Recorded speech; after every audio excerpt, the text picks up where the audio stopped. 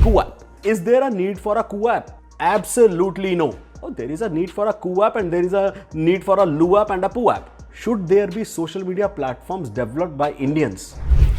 Hello everyone and welcome to another episode of Truth Shots with Kapil. Last week was interesting. I got an opportunity to go to the Arnab Goswami show on one of the days and I was asked to be a panelist on a very important subject. The subject was CooApp. Now, I have multiple thoughts that were going around in my head when I was on the show. It was a very curtailed 15-minute affair, so I didn't really get to express my point of view on it. So I thought I will take this opportunity of Truth Shots with Kapil to actually put my point of view across. First of all, I don't think it is fair to do a debate on CooApp. It's fair to do a debate on multiple different aspects which I will talk about, but definitely not CooApp. It's one application that has been developed by somebody who has, by some developer, by some entrepreneur. How can that application be the focus of what we are discussing?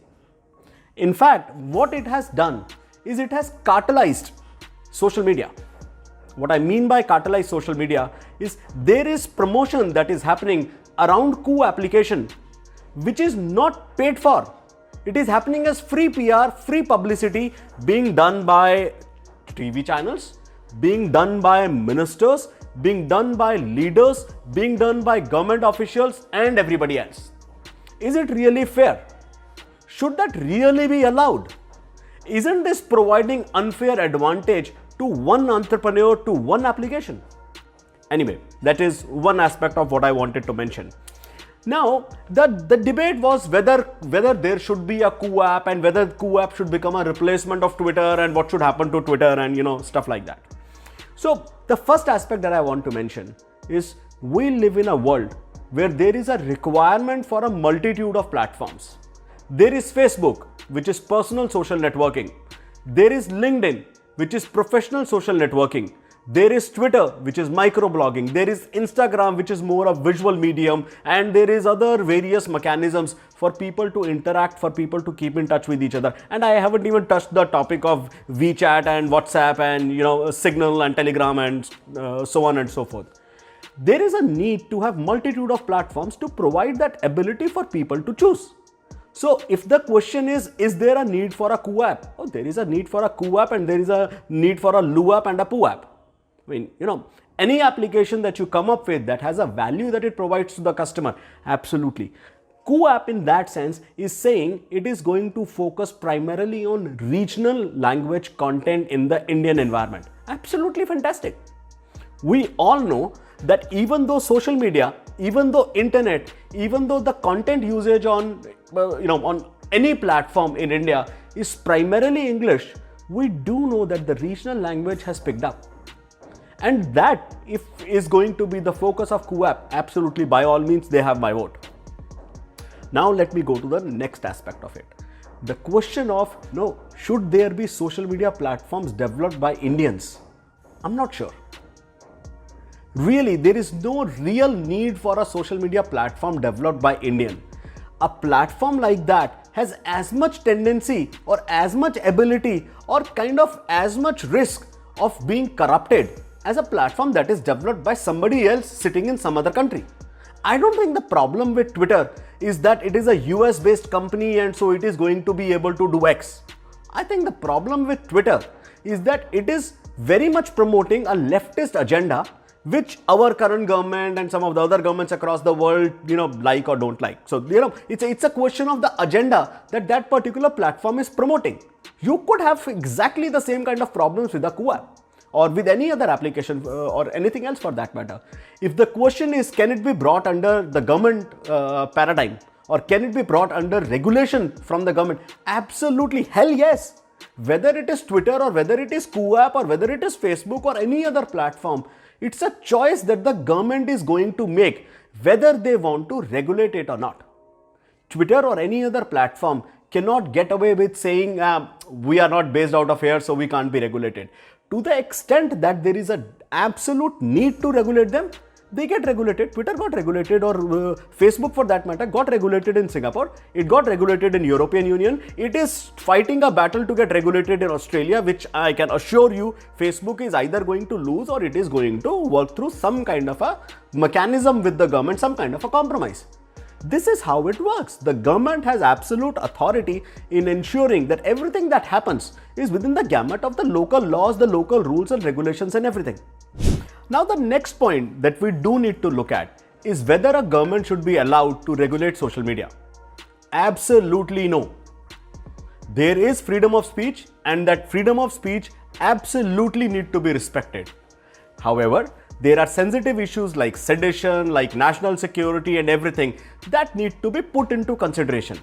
My problem with most people is they don't really have an appreciation and an understanding of those issues. Nowhere am I claiming to be an expert.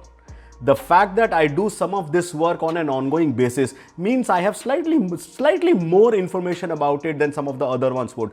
But I can't take the call on which of the portions should be regulated by the government and which of the portions should not be. I think there is definitely a requirement for a larger regulatory body to be formed, which could actually think about where is the blurry line to be drawn. Where is it that the government should intervene and where is it that the government should not intervene? It's a choice that the government should not be allowed to make, but it's a choice that the country absolutely need to make. The next aspect that does need to be considered is about the coup app's conversation about Indian agenda. To the extent that there are people who want to look at an Indian agenda or want to look at information which is from an Indian perspective, by all means, please go to coup app. But then you know what? You suddenly took the conversation, or you suddenly took what you were blaming Twitter for doing and implementing that on the coup application. You are not talking about an unbiased network. You are talking about a network that is going to promote the government's agenda. While what Twitter is doing is the exact opposite of that, which is promoting somebody else's agenda. So where is the freedom of speech in it at all? It doesn't exist. At the end, what I want to share with you is my own approach to media. There are 5 TV channels that I watch on a regular basis. And I said this on the Arnab Goswami show as well, in fact. There is Republic TV. I just at times love, the fights that goes on in the show. And it gives some insights on how the government is thinking. It's a government biased channel. I'm not saying government funded channel. Please note, I'm saying a government biased channel.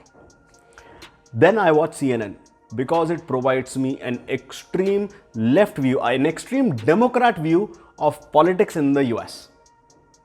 Next, I watch Al Jazeera. It provides me an amazing third-party view on everything that goes on. And the next one that I watch is Russia Today. It's a completely different point of view, which comes from a more Russia-centric, more Central Asia-centric point of view of everything. Between these, I look at my news, I look at the information I consume, and I'm able to take decisions by myself. I think that is what we really need to focus on. I don't think the answer is to shut down Twitter. I don't think the answer is to regulate Twitter. I think the answer is to look for a balance. I don't think the answer is to curb anything. I think the answer is to educate people to make their right choice, consume multiple media so they get to experience, they get to realize, they get to look at multiple point of views and take their call on which point of view do they support and what do they not support. Having said that, I also want to say most of the times, even if you look at all of them, the point of view you get are just point of views coming from different vantage points. Take them at your own risk, trust them at your own peril. With that, we come to end of another episode of Truth Shots with Kapil. Keep coming back, keep looking at Truth Shots with Kapil, and keep commenting. Thank you so much, everybody.